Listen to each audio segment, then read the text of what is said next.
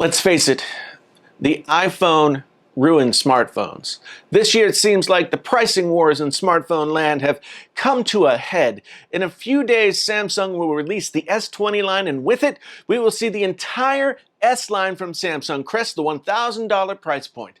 I'm not one to point fingers, but we all know that we can look back just a few years and see that the culprit here is obvious. The first to hit the $1,000 mark was Apple, and therefore, Apple ruined smartphones. I know, some of you are staring at the screen slack-jawed, aghast that I could make such a bold claim, but stay with me, people. Intrepid viewer, stay with me. I will explain all, and when I'm done, the evil plan Apple has executed over the last 12 years will be laid bare for all to see. Let's go back to the beginning, when the iPhone first came along. Up to that point, phones had just been really phones.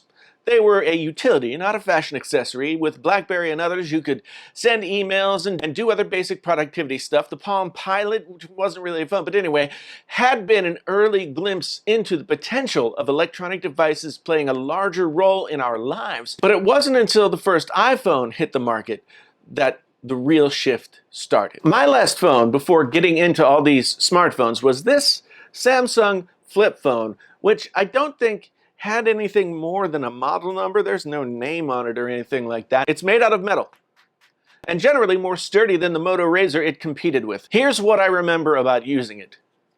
I made phone calls and received texts and then triple tapped back to the person who had texted me. No one cared about what phone you had back then, unless it was the Razr, which was the first sort of like FOMO phone. They were just simply utility devices. They allowed you to make phone calls while not being in your house. I didn't spend hours staring at my phone back then because, I mean, look at this screen. There was nothing to see. Once I got into smartphones, though, it was all over. I had phone fever. Found ways to switch phones every 6 months, even though back then you were locked into a 2-year contract with your carrier where you couldn't get a new phone until the 2 years were up. Can you believe that? The carrier actually expected you to keep your phone for 2 whole years. I mean, those were crazy times. They were lean times. It was hard.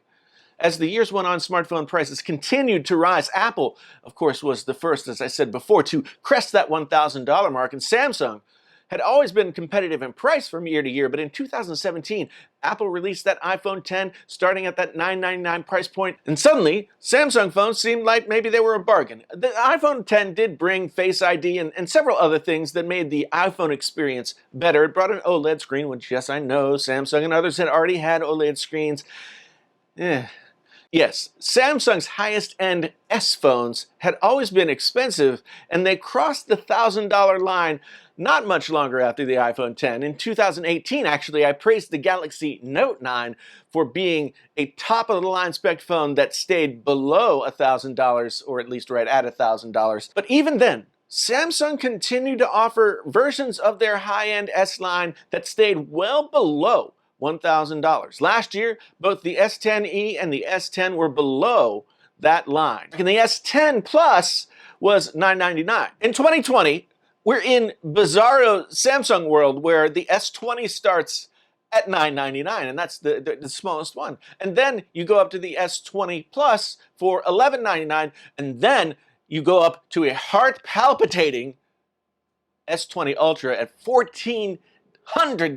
For some reason, here we take a line of phones where every phone stayed below $1,000 just a year before, and now they have all jumped over that $1,000 line. Reasons?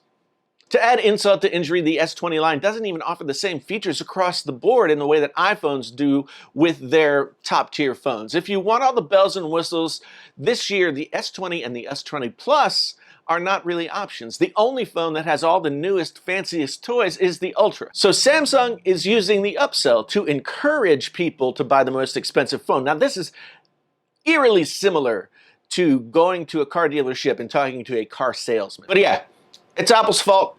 They went to $1,000 first. They are to blame for all of this. While Samsung has sent their flagship phone prices into the stratosphere this year, actually starting in 2018 with the iPhone XR, Apple has begun filling in the gaps in the pricing structure down below. The XR was $749, and the 8 and the 8 Plus were both new that year. What Samsung fans seem to like to gloss over is that iPhones generally have the same internals no matter which model you buy. If you look at the flagship models from Apple, this year being the Pro and the Pro Max, they have all of the same stuff, everything.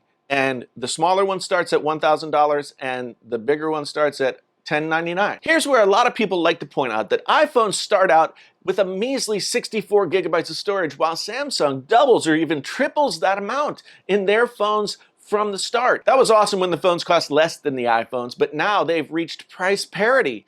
It's harder to pat Samsung on the back for the amount of storage they have put in their phones.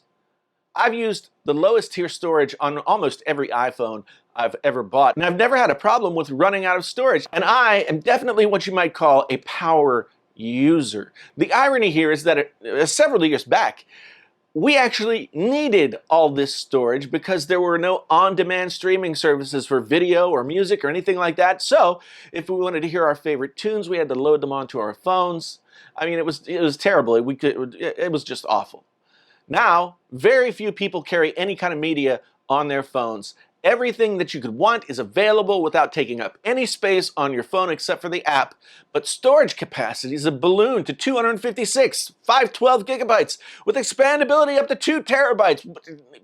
That's more than most people have on their computers, and it doesn't matter. And it's just in time for us not to ever need that much storage ever again. Yes, iPhones have risen in prices over the years, and yes, they were the first to hit the $1,000 mark, but they have also made creating cheaper phones with the same general specs a priority over these past 2 years. And this month, we might actually see an iPhone 9 or SE or iPhone, or I don't know what they're going to call it, but the price point is expected to be $399 for a currently spec'd iPhone. Meanwhile, Samsung has left the sub $1,000 market to their lesser spec phones, the second tier models, which don't have the higher end processors or many of the other features present on the flagship S series. They're not bad phones at all, don't get me wrong, I'm not saying that, but they are definitely a compromise compared to buying the S series, whereas the iPhone 11 is not too much of a compromise compared to the iPhone 11 Pro. Trust me, I've had both, I prefer the 11. People like to point the finger at Apple and say the increase in prices of smartphones falls on them for getting there first. But looking at the smartphone market today, Apple is much more, I can't believe I'm even saying this, Apple is much more consumer friendly in their line of phones than Samsung. Samsung has priced many people out of the opportunity to use an S-line phone, whereas they probably could have done in years before, thereby forcing some customers to go to third-tier or second-tier models of Samsung phones or phones from other manufacturers altogether. Now Samsung fans say, if you can't afford it, don't buy it. These are the same Samsung fans who have bent Apple over the barrel for years now because of their pricing structure, and they're justifying it with two things. Apple did it first, and if you can't afford it, don't buy it. Okay, how quickly the tune changes when the home team jacks up the ticket prices. But yeah, it's all Apple's fault. The iPhone ruined the smartphone industry by hitting that price point first, no matter what they've done since. And as Samsung fans tell the story, it's not their fault that Samsung raised the prices because Apple ruined smartphones first.